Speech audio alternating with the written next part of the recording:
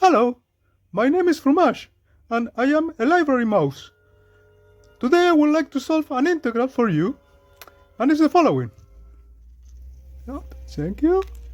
The integral is integral from 0 to infinite of e to the minus x squared over 1 plus x squared dx. We'll call this integral I. So, this integral is not that easy to solve, so we'll have to use a trick. We will solve by another methods in other videos, but in this case we will do the following trick. We will notice that the following integral can express the denominator of our original integral. Integral from 0 to infinite of minus y times 1 plus x squared dy. So this is an integral of the exponential, so it's easy to evaluate, and it's 1 over 1 plus x squared. So this is I1 of x. So we will replace I1 of x in our original integral, and we will see. So now we have I equals the integral from 0 to infinite of e to the minus x squared, and now this factor we will replace I1 of x dx. So then we will write integral from 0 to infinite of e to the minus x squared times integral from 0 to infinite e to the minus y times 1 plus x squared dy dx. So now we will do the following. We see that we have in the exponential x squared and x squared in both exponential, so we can group them, and then we will also exchange the order of integration. So I equals integral from 0 to infinite of, we will take this term, the exponential of e to the minus y outside, e to the minus y, then we will group the exponential with x squared, e to the minus x squared. We have one term here, so 1, plus another term here, y. And then, as I said, we'll exchange the order of integration, dx, dy. So, this integral here, we can calculate it easily. We know that the integral from 0 to infinite of e to the minus ax squared dx equals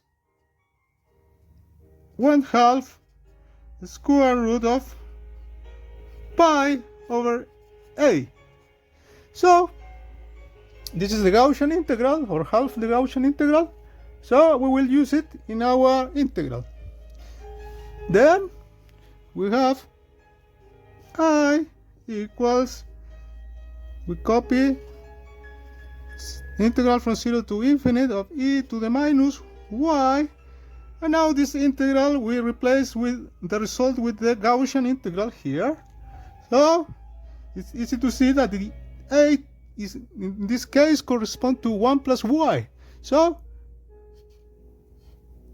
1/2 square root of pi over 1 plus y, and now dx. We will take out the constant terms, square root of pi over 2, integral from 0 to infinite e to the minus y over square root of 1 plus y dy. Wow, this seems easier.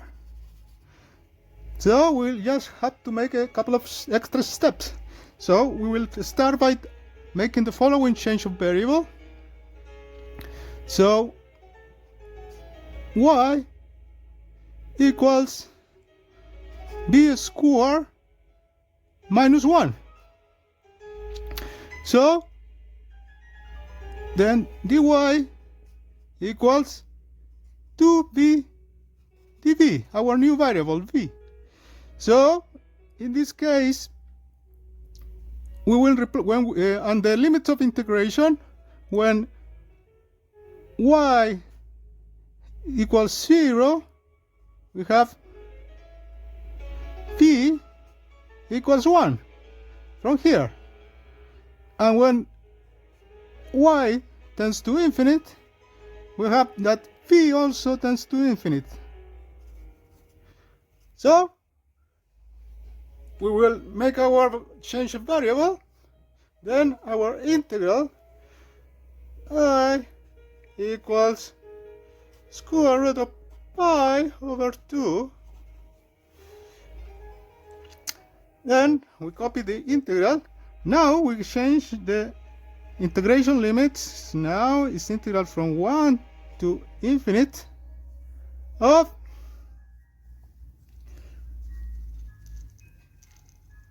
e to the minus b squared.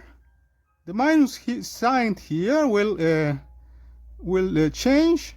So plus 1.